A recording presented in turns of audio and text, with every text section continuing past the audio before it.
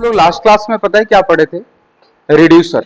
ठीक है, अब कुछ छोटी छोटी चीजें हम लोग रिएक्ट में पढ़ रहे हैं। अभी जो मैं आपको पढ़ाने जा रहा हूँ, देखिए क्या क्या पढ़ाने जा रहा हूँ। एक हुक्स होता है, उसका नाम है यूज लेआउट इफेक्ट। एक हुक्स होता है, उसका नाम क्या है, यूज लेआउट इफेक्ट। बस ये यूज नहीं करना है, एक थ्योरेटिकल पॉइंट से समझना है। क्या कैसे समझना है आपको, थ्योरेटिकल तरीके से समझना है कि यूज लेआउट इफेक्ट क्या करता है। आज ये देखते हैं। तो हुक्स का नाम क्या है, यूज लेआउट इफेक्ट। ये बताएगा आपको इसके ऑफिशियल डॉक। इसका ऑफिशियल डॉक पे हम लोग चल रहे हैं। यस, ये इसका ऑफिशियल डॉक। ठीक है, यूज लेआउट इफेक्ट दिख रहा है ना आपको यहाँ पे। देखिए यहाँ पे लिखा हुआ है the signature is identical to use effect. समझ में आ गया, ये क्या है, बिल्कुल आइडेंटिकल है किसके, बिल्कुल, बट इट्स फॉर सिंक्रोनसली। समझ में आ रहा है। After all DOM mutation, use this to read layout from the DOM and synchronously re-render. Update schedules inside use layout effect will be flushed synchronously before the browser has changed to paint. देखो इसमें क्या है, इसका मैं बताता हूं। जो use layout effect है ना बॉस, वो बिल्कुल सिमिलर है किसके, यूज इफेक्ट के। अब इसका एक और डॉक्स है, उसमें इसका थोड़ा बेटर एक्सप्लेनेशन दिया। जाओ गो टू react.dev, यहाँ चलते हैं। इसका एक नया वाला डॉक है, यहाँ पे हम लोग हुक्स के बारे में सर्च कर रहे हैं। रेफरेंसेस पे चलते हैं, यहाँ पे आ रहा है यूज लेआउट इफेक्ट। सबसे पहले क्या लिखा है, देखिए क्या लिखा हुआ है, use layout effect can hurt performance. समझ में आ गया, ये क्या क्या है, क्या होता है, ये परफॉर्मेंस को हर्ट करता है। Prefer use effect when possible. Term आगे समझ में कि क्या प्रेफर करना है, यूज इफेक्ट को। जब पॉसिबल हो तो हमेशा क्या यूज करो, यूज इफेक्ट। क्लियर हुआ। Use layout effect is a version of use effect, इसी का वर्जन है। That fires before the browser repaint the screen. इसका बेसिक डेफिनेशन यही है। ये कब फायर होता है, स्क्रीन को रिपेंट होने से पहले। लिख लीजिएगा, इसके दो पैरामीटर होते हैं, एक सेटअप, दूसरा डिपेंडेंसीज, जो यूज इफेक्ट के अंदर भी आता है। अब रेफरेंसेस है, call you're used layout effect. देखो सबसे बड़ी बात है, इसका रेफरेंस इसलिए ले रहे हैं, इसको यूज हम लोग अवॉइड ही करना है, तो बस इसका थोड़ा सा डिफरेंस वाले कभी कभी इंटरव्यू में पूछ देते हैं कि यूज लेआउट इफेक्ट क्या करता है, तो आपको पता होना चाहिए। सबसे पहली बात, ये यूज इफेक्ट के जैसा है। ठीक है, दूसरी बात ये क्या है, इसमें क्या है, दूसरी बात ये है कि ये परफॉर्मेंस को हर्ट करता है। ठीक है, दूसरा, use layout effect is a version of use effect that's fired before the browser repaint the screen. ये इंपॉर्टेंट लाइन है, जिसकी वजह से प्रॉब्लम है, लेकिन कई कई जगह पे बहुत यूजफुल भी आपके लिए हो सकता है, याद रखिएगा। यहाँ पे लिखा हुआ है use layout effect to perform the layout measurement before the browser repaint the screen. अब देखिए ये बोल रहा है, यहाँ पे एक यूज किया है रेफ डॉट करेंट, ये रेफ का यूज किया है, रेफ यूज रेफ, एक हुक्स है यूज रेफ। ये क्या कर रहा है, bonding client react, current bonding client, ये क्या हो, लेआउट मेजरमेंट को गेट कर रहा है यूज लेआउट इफेक्ट के अंदर। ठीक है, यहां पे call use layout effect the perform the layout measurement before the browser repaint the screen. यही इसका सबसे इंपॉर्टेंट पॉइंट है कि ब्राउजर को रिपेंट होने से पहले ये फायर हो जाएगा। यहाँ पे देखिए निकाला है, वो हाइट निकाला है गेट बाउंड क्लाइंट रिएक्ट को यूज लेआउट इफेक्ट के अंदर। पैरामीटर्स ये अनडिफाइंड रिटर्न करता है, तो कहीं भी इसको आप यूज करेंगे तो देखिए अब क्या लिखा है, uses most component does not need to know their position and size on the screen. समझ में आ गया। ठीक है, स्क्रीन का साइज का पता नहीं होता। अब to decide what to render they only return some JSX, the browser calculate the layout position and size and repaint the screen. Clear हुआ। इसमें क्या होता है कि ये जो रिटर्न कर रहा है, JSX जो रिटर्न करेगा, वो कह रहा है JSX जो रिटर्न करेगा, तो ब्राउजर उसी वक्त कैलकुलेट करेगा कि आपको क्या पोजीशन, क्या साइज वगैरह रखना है उसको रिपेंट करने के लिए, स्क्रीन पे दिखाने के लिए। रिपेंट वही होता है ना, स्क्रीन पे दिखाने के लिए। जितने बार स्क्रीन पे आपका डेटा चेंज होता है ना, तो रिपेंट बोलते हैं, वहां पे रिपेंटिंग होती है। Sometime that's not enough. Imagine a tooltip that appears next to some element on the hover. If there enough space, the tooltip should appear above the element, but if it does not fit. If should appear below in order to render the tooltip at final position. You need to know its height. आपको इसमें height का जरूरत है कि आपको नहीं पता कि मुझे ये वाला जो है मुझे अपियर करवाना है राइट साइड के पोजीशन में, बट वहां पे ऐसा हो सकता है कि वहां पे फिट नहीं हो रहा है, रिपेंट हुआ तो फिट नहीं हो पाया।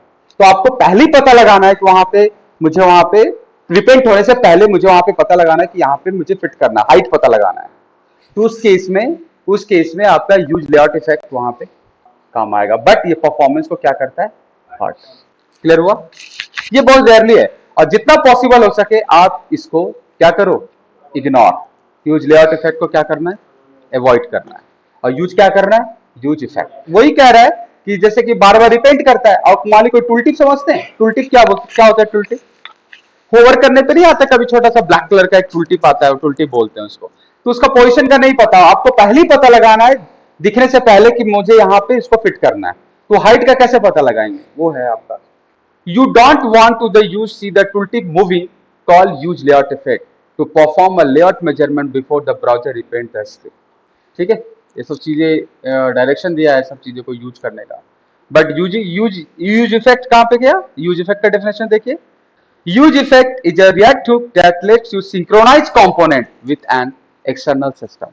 ये सही है, देखिए दोनों का पैरामीटर देख रहे हैं, सेम है, बस इसी का वर्जन है वो जिसका नाम था यूज लेआउट इफेक्ट।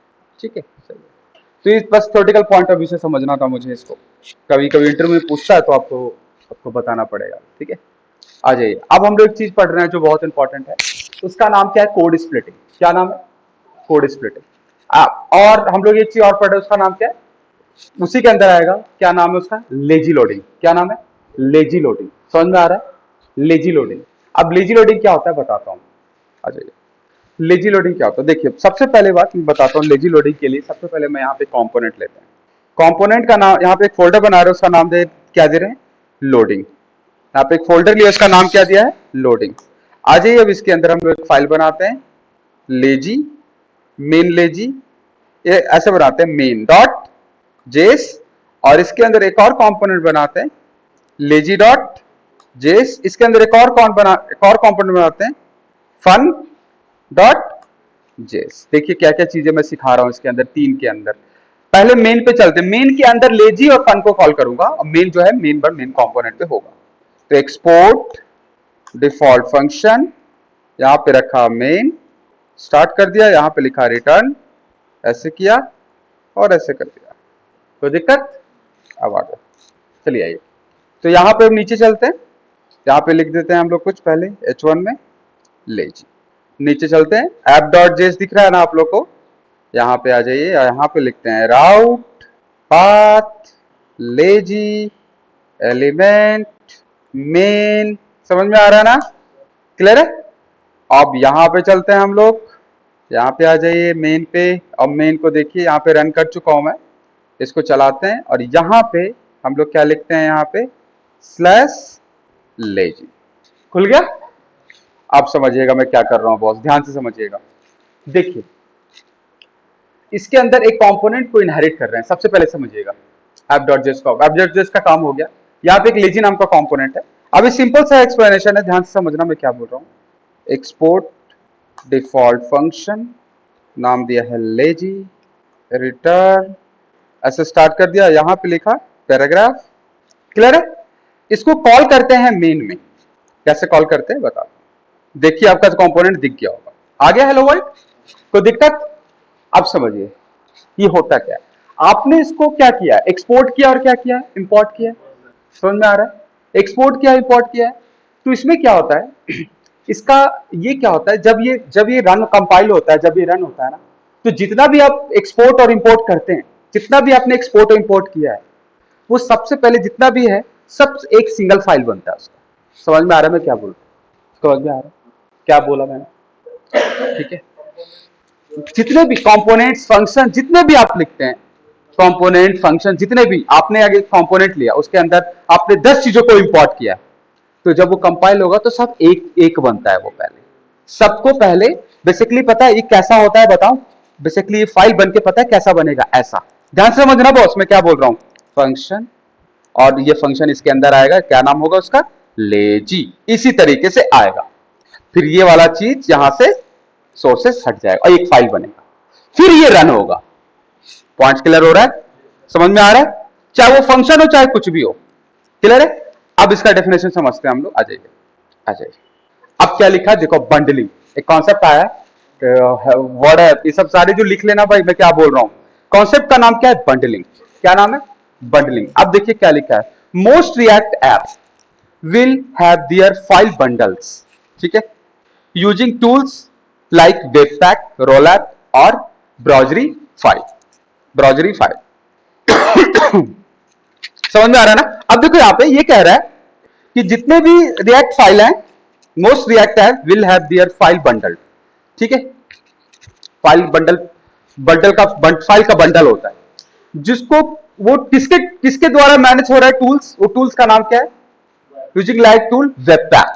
वेबपैक क्या है, एक टूल है, समझ में आ रहा है। वेबपैक जब देखते हो वहां पे, जब आप लिखते हो ना तो लिखता है वेबपैक कंपाइल्ड, लिखा होता होगा नीचे, देखिए बॉटम पे दिखा रहा है वेबपैक कंपाइल्ड। ये पूरा वेबपैक क्या है, हमारा एक टूल है जिसके थ्रू वो मैनेज हो रहा है। और इस तरीके से और भी टूल है, जैसे रोलअप एक टूल है, ब्राउजरीफाई क्या है, टूल है। बंडलिंग क्या होता है आप समझिएगा, bundling is the process of following important file and merging them to a single file. Clear हुआ, समझ में आ रहा है। बंडलिंग किसको बोलते हैं, bundling is the process of following important file, जो इंपोर्ट हुआ है file, and merge them to a single file, उस सिंगल फाइल में मर्ज हो जाता है। बंडलिंग, बंडलिंग इसी को बोला जाता है, ठीक है। तो वो प्रोसेस कैसे किसके कैसे वेबपैक कंपाइल, उसके लिए एक टूल है, इसके अंदर टूल का नाम क्या है, वेबपैक। तभी बोलता है वेबपैक कंपाइल्ड। जब वहां पे देखते हो रन करते तो आता है ना, पूरा का पूरा एक सिंगल फाइल, आपका सारा फाइल जो है कंपाइल्ड हो रहा है, जिस कंपोनेंट को आप चला रहे हो। क्लियर हुआ, अब आगे आइए, पूरा आपका फाइल रिएक्ट ऐप, ठीक है। तो बंडलिंग क्या है, bundling is the process of following important file and merging them to a single file. Clear हुआ, ये इसी की बात कर रहा है कि कंपोनेंट के अंदर बहुत सारी चीजें जब आप इंपोर्ट करते हो तो क्या होता है वहां पे एक बंडलिंग, और उसमें क्या होता है कि वो इंपोर्ट होकर कैसा फाइल बनता है, एक सिंगल। बंडलिंग इसी को बोला जाता है, एक प्रोसेस है। क्लियर है, और उसके लिए प्रोसेस करने के लिए मेरे पास क्या है, एक टूल, उसका नाम क्या, वेबपैक। आ जाइए, अब बंडल, अब लिखा है this bundle can be included on a web page to load और एंटायर ऐप एट वंस। ठीक है, अब क्या कह रहा है, दिस बंडल, ये bundle can then be included on a web page, ठीक है, to load an entire app at once. एक बार जब पूरा लोड हो जाता है, पूरा स्क्रीन के ऊपर वेब पेज मेरा लोड हो जाता है, एक बार पूरे एप्लीकेशन को लोड कर देता है।